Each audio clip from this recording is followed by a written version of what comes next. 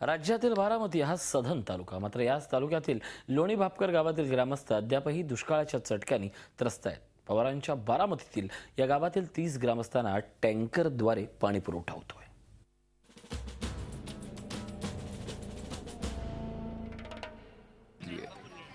लोणी भापकर गाव गेली कित्येक वर्ष पाण्यासाठी संघर्ष करत आहे. संपूर्णपणे पावसावर अवलंबून असणाऱ्या या गावाला यंदा मात्र संपूर्णपणे टँकरवर अवलंबून राहण्याची वेळ आली आहे. सलग तिसऱ्या वर्षी पावसानं दगा दिल्यानं गावकरी हवालदिल झाले. पाण्याची एवढी टंचाई आहे, आता तुम्हाला अतिशयोक्ती वाटेल, पण मी एकादशी दिवशी आंघोळ केली, त्याच्यावर अजून आंघोळ केलेली नाही. तर पाणीच नाही प्यायला ना. आंघोळ केली की ते टपात बसून आंघोळ करायची, मग ते पाणी धुण्याला वापरायचं आणि धुण्याचं पाणी सारवायला वापरायचं, असं करून नियोजन करतो. 12 ते 13 दिवसांनी टँकर येतो. सधन बारामतीतल्या जिरायती शेतीचा हा पट्टा यंदा भीषण दुष्काळाला सामोरा जातोय. जवळपास 30,000 लोकसंख्येच्या या गावांमध्ये 18 टँकरद्वारे पाणी पुरवठा होतोय, पण तो पुरेसा नाही.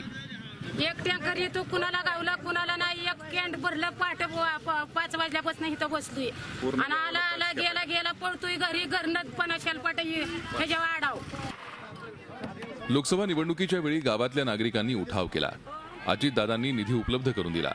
पुरंदर उपशाचं काम सुरू झालं, पण मधल्या काळात सरकार बदललं. आता योजना बंद पडली आणि स्थिती जैसे थे. आणि पेट अजिबातच नाही आणि जनावरांना तर चारा अजिबातच खायला नाही. लोकांनी, शेतकऱ्यांनी लांब जाऊन ऊस आणायचे. ऊसासाठी पैसे नसतात.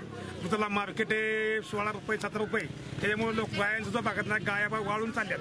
दुष्काळाच्या चटक्यांनी होरपळणाऱ्या जनतेला आता सरकारकडून मदतीची आशा आहे. पण 15 वर्ष सत्तेची फळं चाखणाऱ्या राष्ट्रवादीच्या सर्वोच्च नेतृत्वाच्या दिव्याखालचा अंधार का दूर करता आला नाही, असा प्रश्न जनता विचारतीये.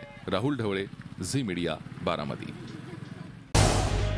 झी 24 तास रहा एक पाऊल पुढे.